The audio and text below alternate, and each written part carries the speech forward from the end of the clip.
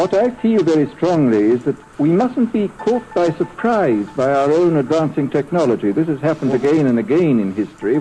Technology has advanced, and this changes social conditions, and suddenly people have found themselves in a situation which they didn't foresee and doing all sorts of things they didn't really want to do. Well, now, what do you mean?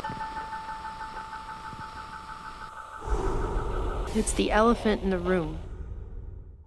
Everyone knows something is wrong, that it's been wrong for a while now.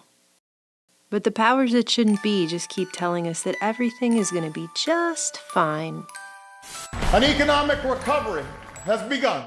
Good evening. This is the worst economic recovery America has ever had. The worst economic recovery. The worst economic recovery. We are now in the midst of the worst recovery in American history. The United States of America, right now, has the strongest, most durable economy in the world.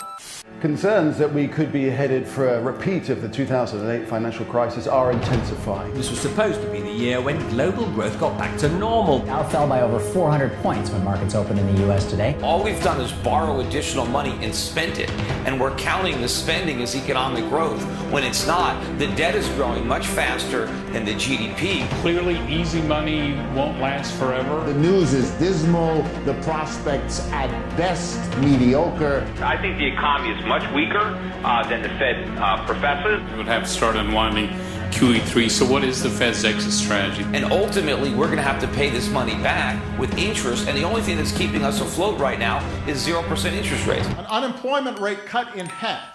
Now back to the jobs picture. Long-term unemployment remains historically high. You know, the middle class is shrinking. Nearly 2 million Americans 55 and older are still out of work. 20 million Americans cannot find a full-time job. Middle-class jobs with benefits remain hard to find. And the labor force participation rate is at a 35-year low. Never in the last 60 years has the length of joblessness been this long. We're in the middle of the longest streak of private sector job creation in history.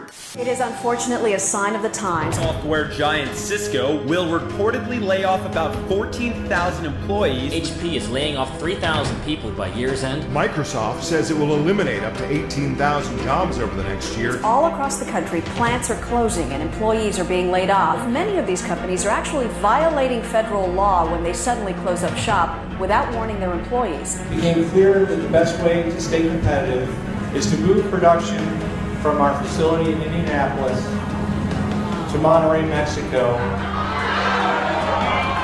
America's possibilities are limitless. The percentage of people who own homes is at a nearly 5-decade low. For the first time on record, home foreclosures surged past 100,000 in a single month. This garage sale is a last-ditch effort to pay their rent. But does the president think lower home ownership rates is in general a good thing? I just can't give you a specific analysis of the numbers because I haven't seen them. The number of people on food stamps is at a record level. Millions more, from recent college graduates to workers in their prime earning years, have simply given up looking for work. The job market is tough, and it's especially tough for college graduates. A huge number of them are actually working at jobs that don't even require a college degree. Nearly 70% of grown children under 30 live with their parents. This is the best educated generation in history. Carolyn Gear was on the dean's list, had 2 internships, a part-time job, and a long list of extracurriculars. When she graduated in May, there's not much out there.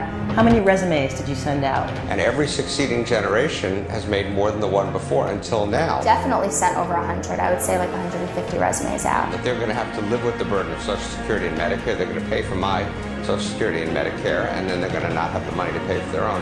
As the gap between who's rich and who's poor continues to grow in this country. Anyone claiming that America's economy is in decline is peddling fiction.